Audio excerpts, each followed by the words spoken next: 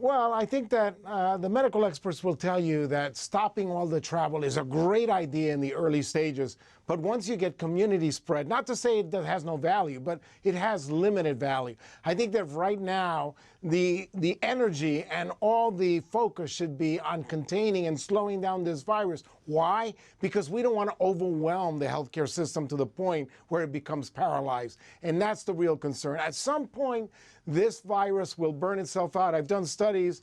I've analyzed all the major epidemics dating back to 1918 when we had the Spanish flu.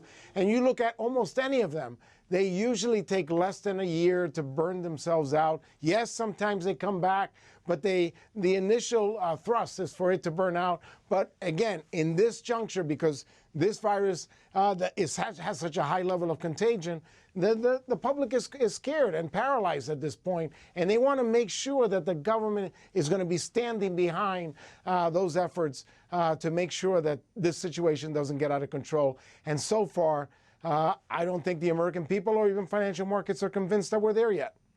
Boeing stock fell 18% on Wednesday, its biggest one-day drop since 1974. Today, it followed that up by dropping another 18%. Well, a company like Boeing has many, many different headwinds. Obviously, the equipment headwind. Now they also have the demand shock that people are not going to be using the airline, and of course they're cutting back on those flights, and there is a lot of concern on the part of individuals getting on these airplanes. So Boeing is certainly vulnerable on all those fronts.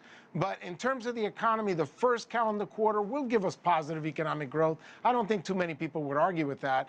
But given everything that we've seen, the second calendar quarter for the U.S. economy, we're going to have a negative growth rate in GDP.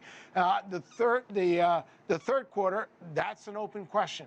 Will we get a small negative, or will we have this virus burning itself out? If we somehow peak the number of new infections and confidence comes back, certainly in the next 4 to 6 weeks, I think we have a very good chance of registering a positive growth number in the third quarter, and therefore all talk of recession goes out the window. But if somehow we don't stop the new cases from slowing down in more than 4 to 6 weeks, I think that all this concern and all this lockdown will give us a negative growth rate in the third quarter. I hope we don't, and I think we still have a chance of not getting that. And then on top of that, if we throw enough stimulus, we can also offset a good chunk of that also to save us from getting into a so-called technical recession where you get 2 or more negative consecutive quarters of negative growth. Quickly, if you can, we don't have a lot of time, but I mean, you're looking at the cruise industry, you're looking at the travel industry, Broadway shutting down, Disneyland out in California shutting down, you got all these sporting events shutting down.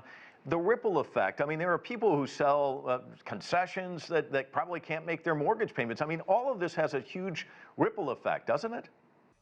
Absolutely, and that's precisely why we need the government to backstop this, because none of those individuals is at fault for these things. This is a complete exogenous event beyond anyone's control. This is a time for government to act.